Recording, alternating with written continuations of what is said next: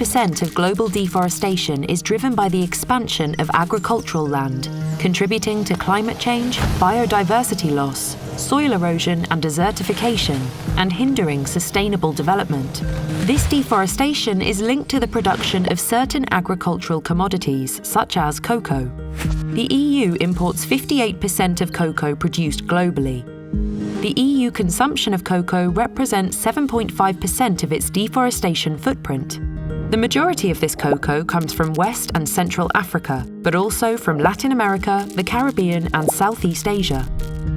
The EU is taking action to minimize the risk that products associated with deforestation enter the EU market and to increase the demand for deforestation-free products.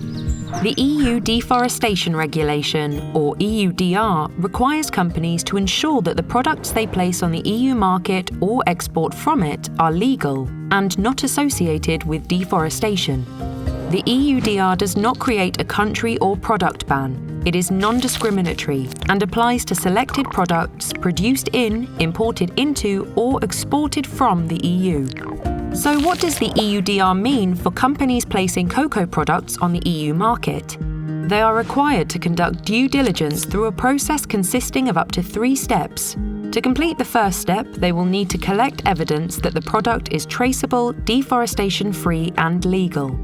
This entails collecting information on the cocoa's origin, including GPS plot locations, and information on suppliers and buyers, evidence that the cocoa does not come from land deforested after the 31st of December of 2020, and proof that production and trade comply with the relevant legislation of the country of production. The second and third due diligence steps require companies to assess risks of non-compliance and, if risks have been identified, take action to mitigate them. A benchmarking system will categorize producing countries or regions according to deforestation risk. Due diligence obligations for companies and the frequency of EU member states' checks will vary accordingly. When buying cocoa from standard or high-risk areas, companies will be required to complete the 3 steps.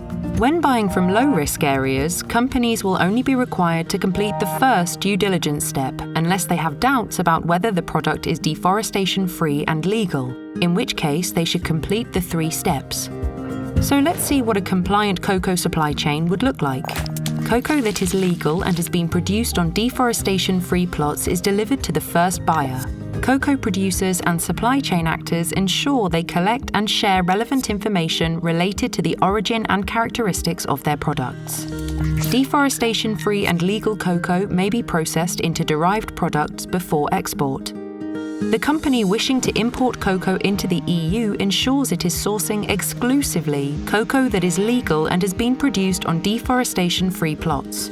It submits a due diligence statement which includes the geolocation information of cocoa plots and collects relevant evidence, including from its suppliers, that the product is deforestation-free and legal. The importer or manufacturer in the EU processes or packages deforestation-free and legal cocoa or cocoa products after import. The EU retailer sells deforestation-free and legal products, for instance chocolate, to consumers. At all stages of the supply chain, the deforestation-free and legal cocoa is segregated. Through incentivizing comprehensive due diligence, the EUDR can accelerate progress towards cocoa traceability and sustainability in producing countries.